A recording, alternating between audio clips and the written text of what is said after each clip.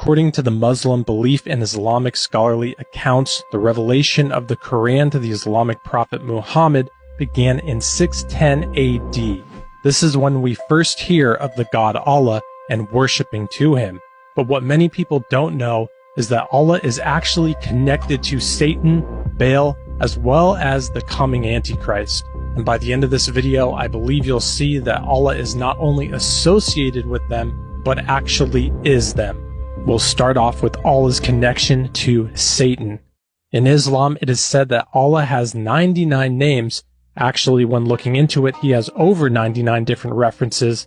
But the Quran actually describes that the characteristics of Allah are actually the same characteristics that Satan has. In Quran 3:54, it says, "And the unbelievers deceived, but Allah deceived as well, for Allah is the best deceiver."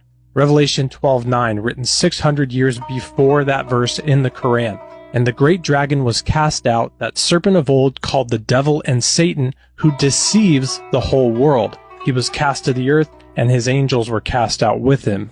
This other verse in the Quran tells us that Allah is great at misguiding people. Surah 14:4, "And we never met a messenger save with the language of his folk, that he might make the messenger clear for them.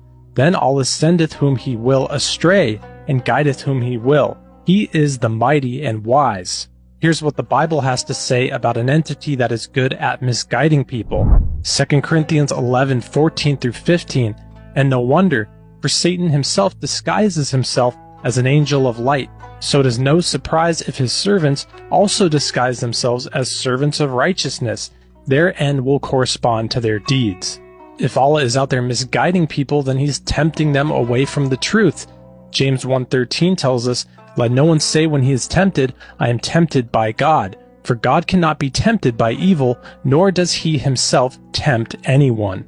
Now we'll look at how Allah's name written in Arabic actually looks exactly like how in Greek it's told to us the number 666 is the mark of the beast, as well as the Codex Vaticanus tells us of this mark. After we look at this, we will look at the absolute proof that the worship at Kaaba in Mecca, the most holiest site for Muslims, is actually tied and was founded upon the worship of Baal and false gods, and how that's actually the exact worship that continues on to this very day.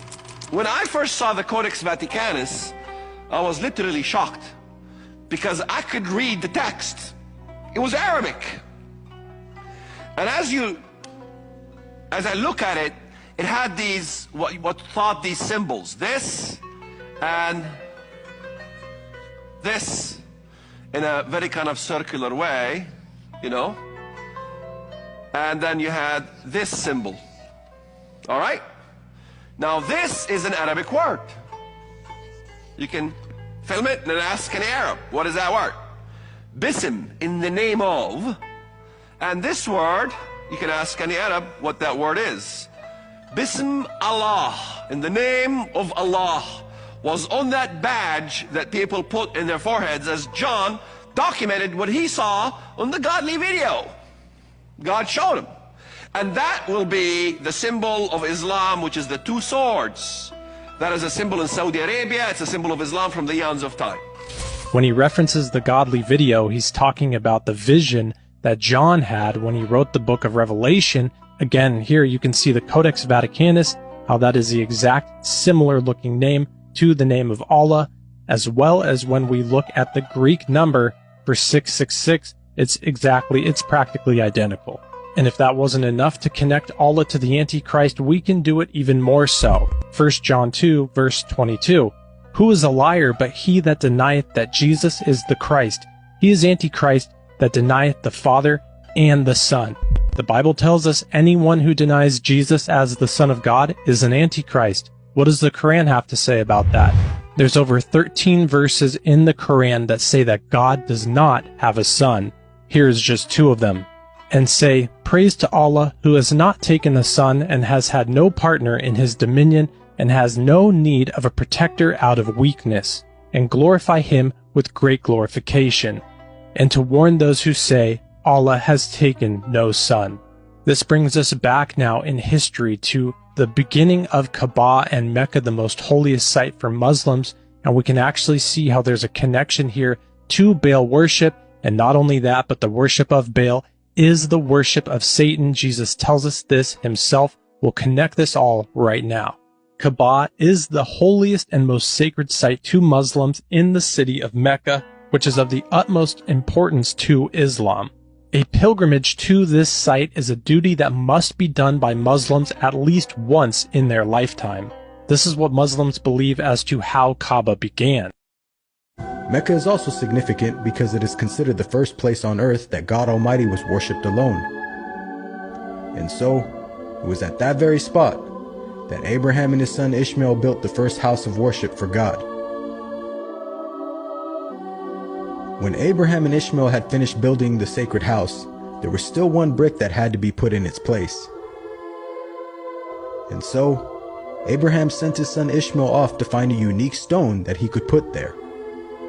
But God Almighty destined that the final stone that was to be laid would not be from the material of this world, but instead a stone directly from the heart of paradise. The angel Gabriel then brought the stone down to Abraham, who proceeded to put it in its proper place. It is said that when the stone first came down, it was a pure white color. But due to the impurities of this world and the sinfulness of man, the stone slowly began to fade and eventually turned black.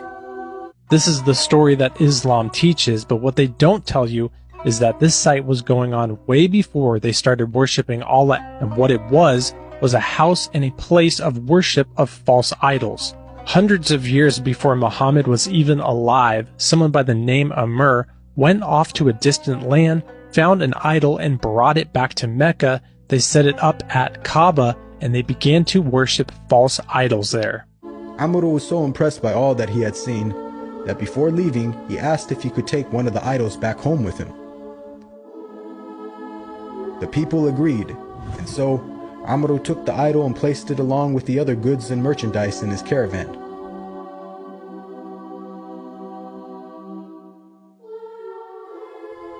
He then set out southwards, back towards the city of Mecca. When Amr arrived back home, he immediately took the idol and placed it right in front of the sacred house. He then proceeded to tell the people that this was now going to be the God that they worship. Sadly, this concept faced little, if no resistance. And as time passed, the people began to worship more and more different idols, until it is said by the end of the 6th century, there were over 360 different idols surrounding the sacred house in Mecca. One of the main, if not the main, false idol that was worshipped at Kaaba was BAAL. BAAL was worshipped in pre-Islamic Arabia. He was a human figure and was believed to control acts of divination, such as throwing arrows towards the statue, and the direction that the arrows landed answered a specific question. Some scholars reference Hubal as a lunar deity tied to a trinity of moon, father, sun, mother, and the evening star, the planet Venus, as their son. Interesting, when we look at one of the most well-known symbols of Islam, it's the crescent moon and a star. There's even a story of a father sacrificing his son at Kaaba to one of the gods. Again, this was years, hundreds of years before Muhammad, which means it's hundreds of years before Allah. Abd al-Muttalib was someone who dug a well known as the Zamzam well. The Quraysh tribe tried to stop him from doing it, but one of his sons stood guard and protected against their protests. He vowed that if he were to have 10 sons to protect him, he would sacrifice one of them to the god at Kaaba. As the story goes, he told his 9 sons that he must keep the vow. It's said that the divination arrows that he used fell upon his favorite son, Abdullah, and he went on and sacrificed his son there. Again, the divination arrows were what were used by Hubal and those who followed him. Quran sources say that he sacrificed to Allah, but it's clear as day to see here that he was sacrificing to Hubal or Baal. Jeremiah 32:35 says, "And they built the high places of Baal, which are in the valley of the son of Hinnom, to cause their sons and their daughters to pass through the fire to Moloch, which I did not command them, nor did it come into my mind that they should do this abomination to cause Judah to sin." The sacrifice to Hubal or Baal is a sacrifice to Satan. Islamic sources say he sacrificed his son to Allah, but as we can clearly see, this was a sacrifice to Hubal. Jesus proves to us that sacrificing or worshiping or following these false gods is actually doing these things unto Satan. When the Pharisees confronted Jesus for casting out demons from people, Jesus responded saying, "If Satan casts out Satan, he is divided against himself. How then will his kingdom stand? And if I cast out demons by Beelzebub, by whom do your sons cast them out?" So here Jesus shows us that Beelzebub or Baal or Habal is actually truly Satan in disguise. So we can conclude that the worship and the following and the sacrificing to Beelzebub, to Baal or Habal, and that these things were going on at Kaaba were actually the worship and the following of Satan.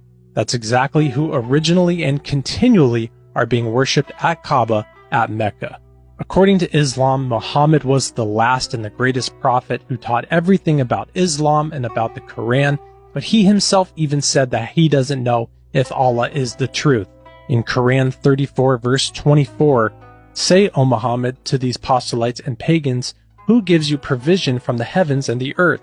Say, Allah, and verily, either we or you are rightly guided or in a plain error." So Muhammad, who's supposedly the greatest teacher and prophet of Islam, says here when debating with others about the identity of God, says there's a chance that he himself may be in great error. He's not solid on his belief on who God is, and I can tell you he was in plain error. If you want to go to the truth, look at John 14:6. Jesus said to him, "I am the way, the truth, and the life. No one comes to the Father except through me." I hope you've given yourself fully unto Jesus, and you can confidently say, you are not in plain error, you know the way, the truth, and the life. Jesus is the only way to God, the only way to heaven, and that's the absolute truth. I pray you all are well. Thanks for watching, and God bless.